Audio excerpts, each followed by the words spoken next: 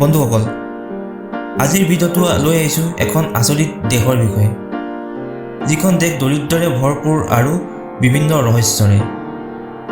গতিকে ভিডিঅ'টো শেষলৈকে চাই থাকক, লগতে চেনেলটো ছাবস্ক্ৰাইব কৰি দিব আৰু লাইক, কমেণ্ট আৰু শ্বেয়াৰ কৰিব নাপাহৰিব।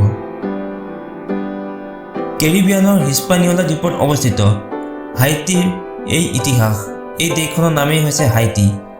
ইয়াৰ ইতিহাস আৰু সংস্কৃতি চহকী যদিও ৰাজনৈতিক অস্থিৰতা, দৰিদ্ৰতা আৰু প্ৰাকৃতিক দুৰ্যোগকে ধৰি বহুতো প্ৰত্যাহ্বানৰ সন্মুখীন হৈছে।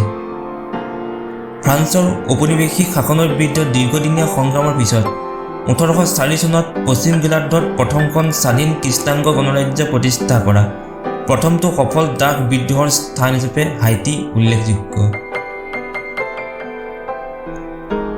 ভুডু হৈছে হাইটিত উৎপত্তি হোৱা এক সংহত ধৰ্ম আৰু ই দেশখনৰ সাংস্কৃতিক পৰিচয়ৰ এক উল্লেখযোগ্য অংশ।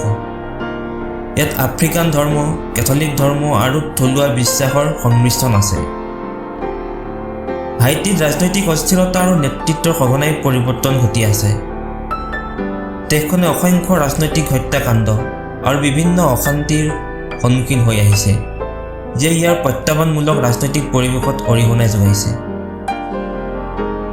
2010 চনত হাইটিত এক ভয়াৱহ ভূমিকম্পৰ ফলত ব্যাপক ধ্বংস, জীৱন হেৰুওৱা আৰু স্থানচ্যুতিৰ সৃষ্টি হয়। ভূমিকম্পৰ ফলত দেশৰ আন্তঃগাঁথনি আৰু অৰ্থনীতিৰ ওপৰত গভীৰ প্ৰভাৱ পৰিছিল। হাইটি পশ্চিম গোলাৰ্ধৰ অন্যতম দৰিদ্ৰ দেশ। নিবনুৱা সমস্যাৰ উচ্চ হাৰ আৰু মৌলিক আন্তঃগাঁথনিৰ অভাৱকে ধৰি অৰ্থনৈতিক প্ৰত্যাহ্বানৰ সন্মুখীন হৈছে। দুখৰ বিষয় যে অতি দুৰ্বল স্বাস্থ্য আৰু চৰম দৰিদ্ৰতাৰ বাবে হাইটিৰ 10%তকৈ অধিক শিশুৱে 5 বছৰ বয়সৰ আগতেই মৃত্যুবৰণ কৰে। হাইটিত এতিয়াও কুকুৰা যুঁজক জনপ্ৰিয় খেল হিচাপে গণ্য কৰা হয়। হাইটিৰ অন্যতম জনপ্ৰিয় সংগীত পৰম্পৰা হৈছে কম্পা।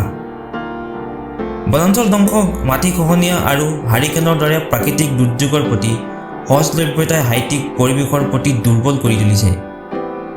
এই পৰিঘটনাসমূহৰ পৰা পুনৰ নিৰ্মাণ আৰু উদ্ধাৰৰ ক্ষেত্ৰত দেশখনে পুনৰাবৃত্তিমূলক প্ৰত্যাহ্বানৰ সন্মুখীন হৈছে।